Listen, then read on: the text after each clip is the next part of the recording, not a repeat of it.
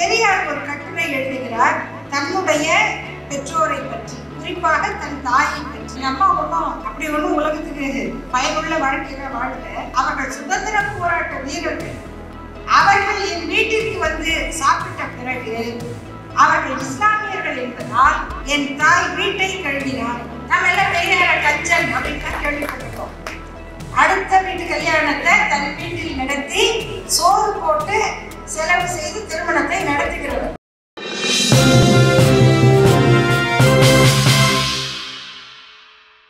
நீங்கள் எந்த தலைப்பை கொடுத்தாலும் அதை தேடி அதற்கேற்ற செய்திகளை தேடி பேசிவிடலாம். ஆனால் தந்தை பெரியாரை பற்றி பேசுவதற்கு என்ன தலைப்பு கொடுப்பது? தலைப்பே இல்லாமல் பேசலாமே. தலைப்பு இல்லாவிட்டால் என்ன, அதனால் என்ன என்று கேட்ட அந்த கருத்தை சோவாட் என்ற ஆங்கிலத்திலே கேட்டதை அவர் எனக்கு சவாலாக வைத்திருக்கிறார்.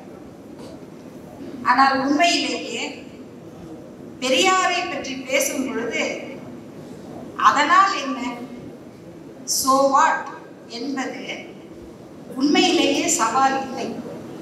ஏனென்றால் பெரியாரே அந்த சவால் தான். சோவாட் என்ற கேள்வி இருக்கிறதே இன்றைக்கு இளைஞர்களுடைய கேள்வி. பெரியவர்கள் ரொம்ப பெரிய ஒரு தடையாக எதை சொன்னாலும் அதற்கு இளைஞர்கள் வைக்கிற கேள்வி இப்ப என்ன, அதனால என்னமா பிரச்சனை? பெரியவர்கள் நிறைய அறிவுரை சொல்ல வேண்டும் என்று நினைத்து நான் பார்க்கிறேன், நானும் சொல்லுவேன். ஒரு தம்பிய, ஒரு பையனை, அக்கா பையனை, அண்ணன் பையனை, யாரோ ஒருத்தரை கூப்பிட்டு, இல்ல பொண்ணையும் அப்படிதான், அவங்கள வித்தியாசம் இல்லை, இங்க வாங்க தம்பி, இங்க வா பாரு, அங்க பேசிட்டே இருக்கல்லப்பா தம்பி, வெள்ளை சட்டை நீதான், இங்க வா அப்படின்னு கூப்பிட்டு உட்கார வச்சு, இங்க பாரு இந்த காலேஜ்ல எல்லாம் பேசுனா அந்த பையன் கட்டிட்டு. அடுத்தது நாம ஏதோ சொல்ல வந்தா அவர் என்ன கேட்பாருன்னா, மேம் வாட்ஸ் யுவர் ப்ராப்ளம்? நான் நினைக்கிறேன் பிரச்சனை உனக்குன்னு கருதி நான் ஏதோ கூப்பிட்டு ஆலோசனை சொல்லுவதாக நினைத்தால் அந்த மாணவனுக்கு தெரியுது நான் இப்படிதான், இதுல உங்களுக்கு என்ன பிரச்சனை என்பது அவருடைய கேள்வி. அதெல்லாம் அவர் எனக்கு புரிய வைக்கிறார். பெண்களும் அப்படிதான், என்னம்மா என்னம்மா அப்படின்னு நம்ம சத்தம் போட்டு அவங்க என்னம்மா, அது வேற என்னம்மா. ஆக இந்த எதிர்கேள்வி எதை உணர்த்துகிறது?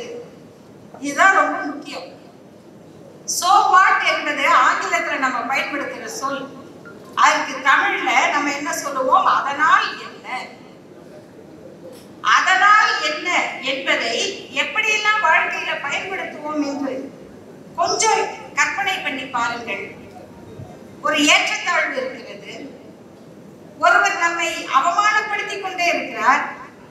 அவர் ஒரு முதலாளின்னு வச்சுக்குவோம், பெரிய பணக்காரர், ஒரு முதலாளி, இல்லை ஏதோ ஒரு நிலையிலே அவர் மேல் இருப்பது. அவர் தனக்கு கீழே இருக்கிற ஒருவரை வாடா போடான்னு கூப்பிடலாம், வாக்குன்னு பேசலாம், மற்றவர்கள் முன்னால மரியாதை இல்லாமல் நடத்தலாம். அதை பார்த்து இன்னொருவருக்கு கோபம் வந்து, ஏன்பா நீ இப்படி பொறுத்துட்டு போற, ஏமா நீ எதிர்த்து கேள்வி கேட்கல அப்படின்னா அந்த இடத்துல ஒரு பதில் வரும், அதனால என்னம்மா, அது அப்படிதான் நடக்கும். வீட்டுல தந்தை சொல்லுவார், கணவர் சொல்லுவார், அதனால என்ன அப்படின்னா எல்லோரும் பொறுத்து கொண்டு போவார்கள், தவறாகவே இருந்தாலும். அப்போ தவறாக இருப்பது, தனக்கு அவமானமாக இருப்பது, தான் ஏற்றுக்கொள்ள கூடாதது என்ற கருத்தை கூட அதனால் என்ன, நான் பழகிவிட்டேன், இனிமேல் என்னால எதிர்த்து பேச முடியாது என்று பழகி போவது ஒரு வகை. இல்லை, நான் இதை எதிர்க்க வேண்டும், நான் இதை எதிர்ப்பு குரல் கொடுக்க வேண்டும், என் மறுப்பை தெரிவிக்க வேண்டும் என்று எதிர்த்து நின்றால் அதனால் ஏற்படும் விளைவுகள் கடுமையானதாக இருக்கும். வேண்டாமா இந்த வம்பெல்லாம் வச்சுக்காத, பஸ்ல போற, ரயில்ல போற, யாரோ ஒருத்தர் தகராறு பண்றாங்க, போலீஸ் போலீஸ்ல புகார் சொல்லு, எதிர்த்து பேசு, இல்ல பலான்னு ஒரு விடு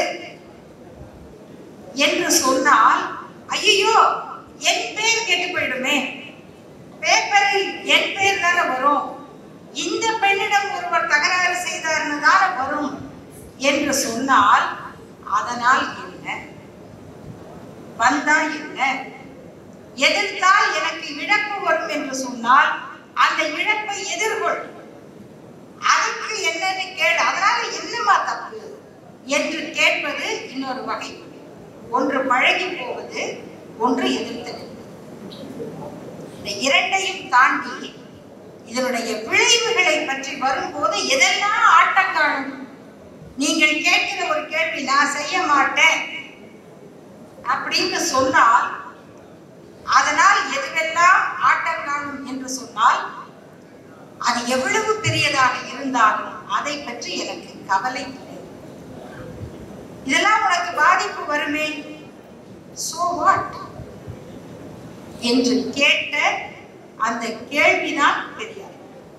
இன்றைக்கு இளைஞர்கள் கேட்கிற அந்த கேள்வியை ஒரு நூற்றாண்டுக்கு முன்னால் இந்த மண்ணில் எழுப்பிய ஒரு இளைஞன் பெரியாருடைய குரலில் ஒலித்துக் கொண்டே இருக்கிறார் இன்னைக்கு வரைக்கும்.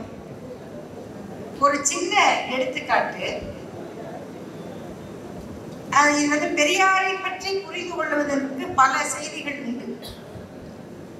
ஒருவர் ஒரு கருத்துல ஈடுபட்டு விட்டால் அது எப்படி அவர் முழுமையாக தன்னை மறந்து விடுவார். இன்னைக்கு இந்த பெட் லவர்ஸ் அப்படின்னு ஒரு நிறைய பேரை நம்ம பார்க்கிறோம். பூனைகளை, நாய்களை அல்லது எந்த ஒரு வளர்ப்பு விலங்கையும் விரும்புகிறவர்கள். அவர்களுக்கு மற்றவர்களுடைய கஷ்டம் தெரியாது, மனிதர்கள் படுகிற துன்பம் தெரியாது. இப்படிதான் நம்ம பார்த்திருக்கோம். மற்றவர்களை விடுங்க, அவர்கள் அதனிடம் எப்படி நடந்து கொள்வார்கள். இன்னைக்கு நாம பார்க்கிற ஒரு விலங்கின் மீது அன்பு கொண்ட ஒருவர் தந்தை பெரியாருடைய தோற்றத்தை, புகைப்படத்தை எங்க நீங்க பார்த்தாலும் பெரியார் என்றால் அவரோட இணைந்தது ஒரு கைத்தடி, அவர் காலடியில் ஒரு நாய். அது எப்போதும் அவரோடு இருக்கும். அந்த நாய்க்கும் பெரியாருக்குமான உறவை பற்றி திராவிடர் கழக தலைவர் ஆசிரியர் ஐயா வீரமணி அவர்கள் ஒரு செய்தியை சொன்னார்.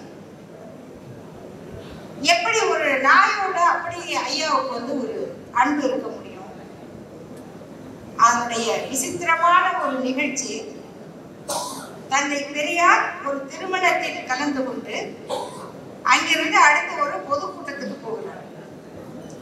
அப்படி பொதுக்கூட்டத்திற்கு போவதற்கு முன்னால் அவருக்கு நேரம் ஆயிடும். அதனால திருமணத்துல பேசி முடித்து விட்டு சாப்பாடு கேரியர்ல கட்டப்படுது.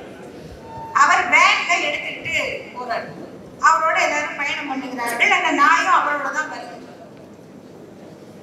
கொஞ்ச தூரம் வண்டி போயிட்டே இருக்கு. வண்டி எங்க நிறுத்தி சாப்பிடுறது என்றால் நிழல்ல நிறுத்தி சாப்பிடணும். அப்போ பெரியார் அந்த நாயை பார்க்கிறார். அந்த ஓட்டுநரிடம் சொல்லுகிறார், வண்டியை கொஞ்சம் நிறுத்து, பசிக்கிற மாதிரி இருக்கு.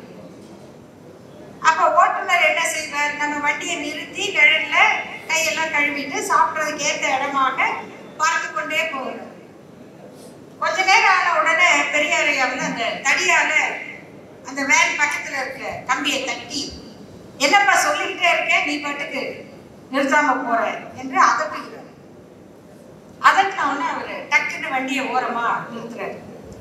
நிறுத்தின உடனே தட்டு எடுங்க அப்படின்னா பெரியார் சாப்பிடுகிற தட்டை எடுத்துட்டு வராங்க. அப்ப பெரியார் சொன்னார், ஏன் தட்டு இல்லப்பா, சீட்டாவோட தட்டு. அது தட்டை எடுக்க போறாங்க. அப்பதான் தெரியுது ஏற்கனவே சாப்பிட்ட தட்டு கழுவாம இருக்கு. அதனால அந்த சாப்பிட்ட உணவெல்லாம் காய்ச்சி போய் முள்ளு முள்ளா இருக்கு. அப்ப அதோட சாப்பிட்ட முடியாது, போய் தேய்ச்சி கழுவிட்டு இருக்காங்க. அப்ப என்ன சொல்றாருன்னா, தன்னோட தட்டையை நீட்டி இந்த சாப்பாட்டை போடுங்க அப்படி. சாப்பாட்டை போடுறாங்க, சோறு போடுறாங்க, இன்னும் கொஞ்சம் போடு, இன்னும் கொஞ்சம் சோறு போடுறாங்க, குழம்ப ஊத்துறாங்க, கறியை போடு, கறியும் போடுறாங்க. சோறும் கறியும் குழம்புமா பிசைஞ்சு அந்த நாய்கிட்ட நீட்டுறது. அந்த நாய் வந்து அவசரமா பசியோட சாப்பிட்டு சுத்தமா தட்டை வழிச்சு சாப்பிட்டுச்சு. சாப்பிட்ட பிறகுதான் அப்பதான் எல்லாருக்கும் தெரியுது அவர் வண்டியை நிறுத்த சொன்னது நாய்க்கு பசிக்குது சாப்பாடு போடணும்னு தான். அந்த தட்டுல கையை கழுவி தட்டையும் கழுவி ஊற்றி விட்டு அந்த தட்டுலயே தான் சாப்பாடு போட்டு சாப்பிடு. இத வந்து யார்கிட்ட நாம பார்க்க முடியும் அப்படின்னா, துறவிகள் அப்படிங்கிறவங்க இப்படி எல்லாம் சில வினோதமான வேலைகளை செய்வார்கள் அப்படின்னு பார்க்கிறோம். இத ஒரு சாதாரண வாழ்க்கையில் இருக்கக்கூடிய ஒரு மனிதர், ஒரு தலைவர் இப்படி வந்து செய்வாரா, செய்ய முடியுமா அப்படின்னா, இல்ல தட்டை கழுவியாச்சு. அப்ப கூட இருக்கவங்க சொல்றாங்க, இல்ல நாய் சாப்பிட்ட தட்டு அப்ப சொல்ற. அதனால என்ன, அதான் கழுவியாச்சுல, கழுவிட்டா சாப்பிடலாம், அவ்வளவுதான். அவர்தான் இன்னைக்கு நாம இன்றைய குழந்தைகள், இளைஞர்கள் பார்க்கிற ஒரு அந்த பார்வை அன்றைக்கு பெரியாரிடம் இருந்தது அப்படிங்கிறது தான் வியப்புக்குரிய செய்தி. இரண்டாவது, தன்னை பற்றி விமர்சனம் பண்றது. நம்ம எவ்வளவு பேர் நம்ம அப்பா அம்மாவை பற்றி வருத்தம் இருக்கலாம், மனக்குறை இருக்கலாம், அதை வெளியில சொல்லுவோமா? வேறு யாராவது சொன்னால் கூட நாம் அதை ஒரு மாதிரி பூசி சமாளித்து தான் பேச பார்ப்போம். பெரியார் ஒரு கட்டுரை எழுதுகிறார் தன்னுடைய பெற்றோரை பற்றி, குறிப்பாக தன் தாயை பற்றி. அந்த கட்டுரைக்கு அவர் வைத்த தலைப்பு என்னை பெற்ற ஏழைகள் என்பது. அவரை பெற்ற போது அவர்கள் ஏழைகள் இல்லை, அவர்கள் பணக்காரர்கள். ஆனால் என்னை பெற்ற ஏழைகள் அப்படின்னு எழுதுகிறார். அது என்ன காரணம் என்று சொன்னால், அவர்களுக்கு பணம் வருவதற்கு முன்னால் பெரியாரை இன்னொரு உறவுக்கார பெண்ணிடம் தத்து கொடுத்து விட்டார் வளர்க்க சொல்லி. அவர் கணவரை இழந்த ஒரு பெண், அவர் தான் வளர்க்கிறார். அவரால் இவரை கட்டுப்படுத்த முடியறதில்லை. இவரை எல்லா இடத்துலையும் போய் நிறைய வாய் அடிக்கிறது, வம்படியாக வளர்வது, அப்படித்தான் பெரியார் வளர்க்கிறார். இப்ப அவருடைய பெற்றோருக்கு பணம் நிறைய வந்து விட்டது. அதனால அவரை திருப்பி கூப்பிட்டுக்கிறார். அப்படி கூப்பிடும் பொழுது அவரை வளர்த்த அந்த ஏழை தாய் எதிர்த்து சண்டை போடுகிறார். முடியாது, நான் கொடுக்க மாட்டேன், ஏன்னா வளர்த்த பாசம் என்பது. அப்போது பெரியாருடைய பெற்றோர், அவர்களுக்கு செல்வாக்கு இருக்கிறது.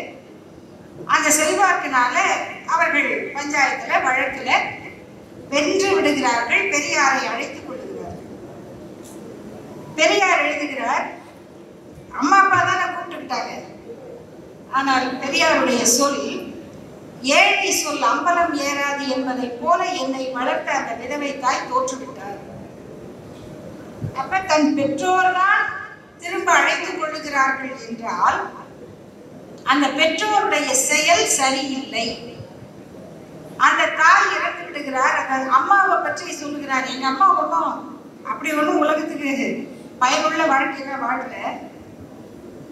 அலி சகோதரர்கள், நீங்க வரலாற்று மாணவர்களுக்கு தெரியும், இந்திய சுதந்திர போராட்டத்துல அலி பிரதர்ஸ் என்று மிக புகழ்பெற்ற இருவர் இருந்தார்கள். அவர்கள் ஈரோட்டுக்கு வந்தால் பெரியார் வீட்டுக்கு வராங்க, வீட்டுக்கு விருந்தினர்களாக வருவார்கள். அவர்களும் பெரும் பணக்காரர்கள். ஆனால் அவர்கள் சுதந்திர போராட்ட வீரர்கள். அவர்கள் என் வீட்டிற்கு வந்து சாப்பிட்ட பிறகு அவர்கள் இஸ்லாமியர்கள் என்பதால் என் தாய் வீட்டை கழுவினார்.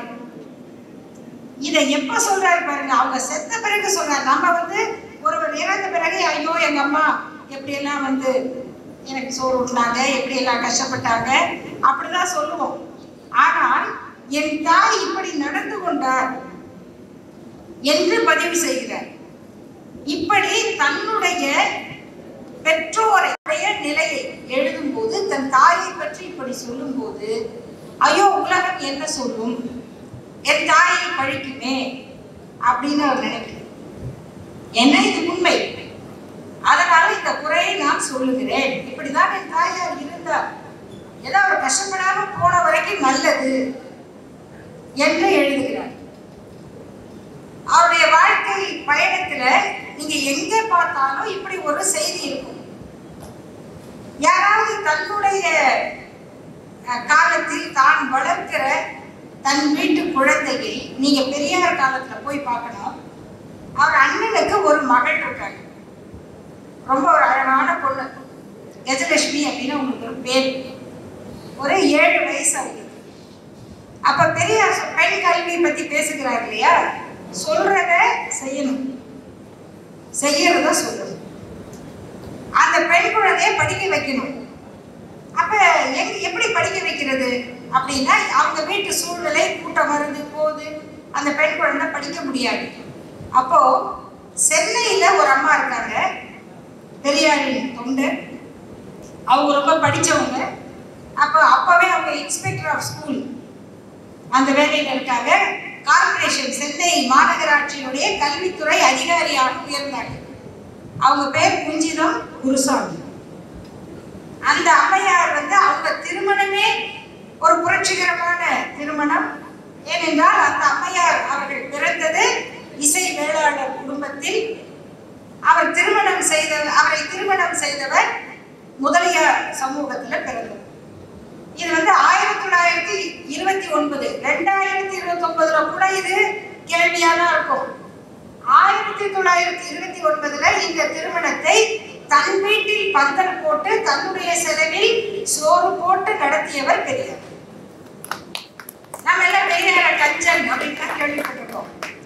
அடுத்த வீட்டு கல்யாணத்தை தன் வீட்டில் நடத்தி சோறு போட்டு செலவு செய்து திருமணத்தை நடத்துகிறவர்.